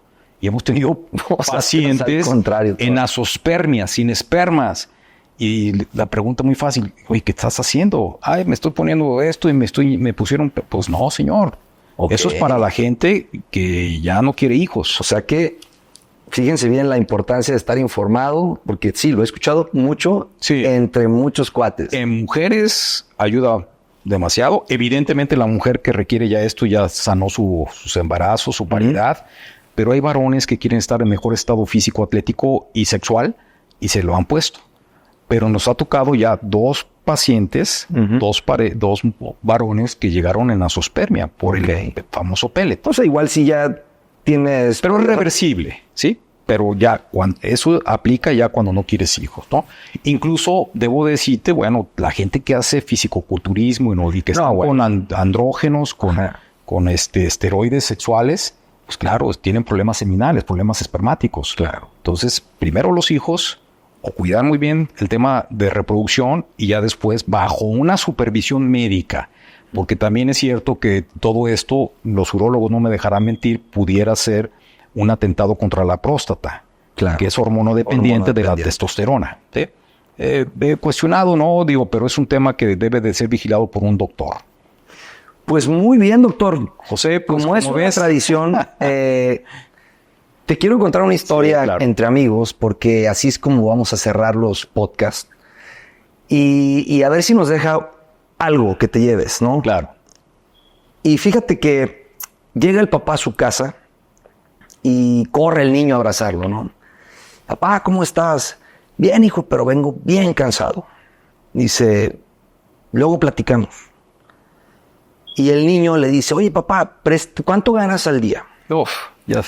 Le dice, fíjate que, pues no te voy a decir, amor, vengo cansado, que quiero dormir. Pero papá, dime cuánto ganas al día.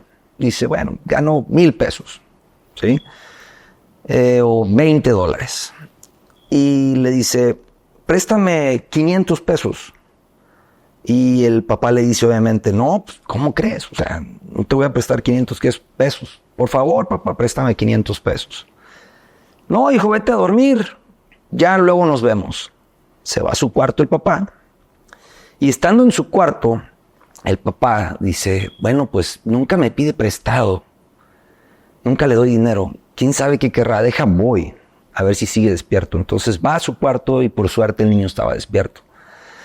Y le dice, hijo, aquí están los $500. La verdad es que nunca me pides y todo, y eres buen hijo, y te los voy a prestar. Entonces el niño corre emocionado, saca de su cajón otros $500 justamente que tenía ahorrados, que eran los $1,000 que el papá ganaba al día. Los saca y se los da al papá. Papá, sé que tú ganas $1,000 al día y te quiero dar estos $1,000 para que me regales un día de tiempo. Sí, caray.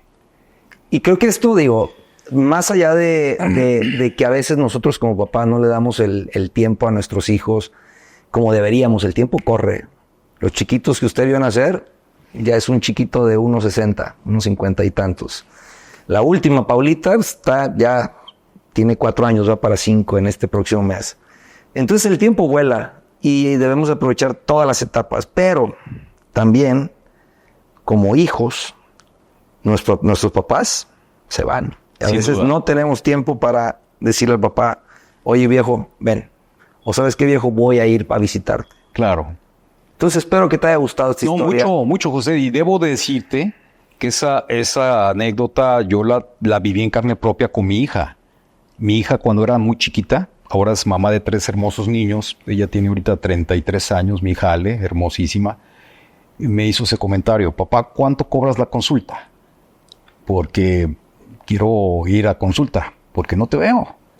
Y es algo muy triste. Y tengo el honor y el gustazo, José, de tener a mis padres. Empecé mi historia. Mi papá tiene 93 años. Mi mamá tiene 83, por ahí, más o menos. Y están bien. Y quisiera verlos más. Claro. Están vivos. Tengo la mayoría de mis amigos contemporáneos ya no tienen a sus papás. Y sí, de repente debemos de equilibrar la balanza entre el trabajo y todo esto, de convivencia familiar, de calidad, de ver a tus padres, a tus hijos, a tus nietos. Yo ya tengo 5 nietos. Estoy orgulloso. Pero llevo una vida tan revolucionada, José. No lo digo por... No, yo lo conozco. Bien, me siento triste de repente. Me levanto todos los días a las 5 de la mañana y a veces no duermo porque todavía practico la obstetricia. Manejo 3 centros de reproducción, Tijuana, Cancún, Guadalajara. Y no me doy abasto. La vida, mi pasión me ha dado muchos privilegios en medicina, pero estoy completamente de acuerdo contigo. Debemos de tener calidad de vida, no la he tenido, convivencia más con la familia, dedicarle más tiempo a tu esposa, a tus hijos, a tus nietos, a tus papás. Sí, yo de alguna manera trato de invitarlos a comer los miércoles, los domingos visito a los nietos, a mis hijos. Es complicado, pero se puede. Claro. Se puede, porque como bien tú dices, la vida se va rápido. En un parpadeo. Y pues por ahí dicen que trabajamos toda la vida para tener dinero. Sí.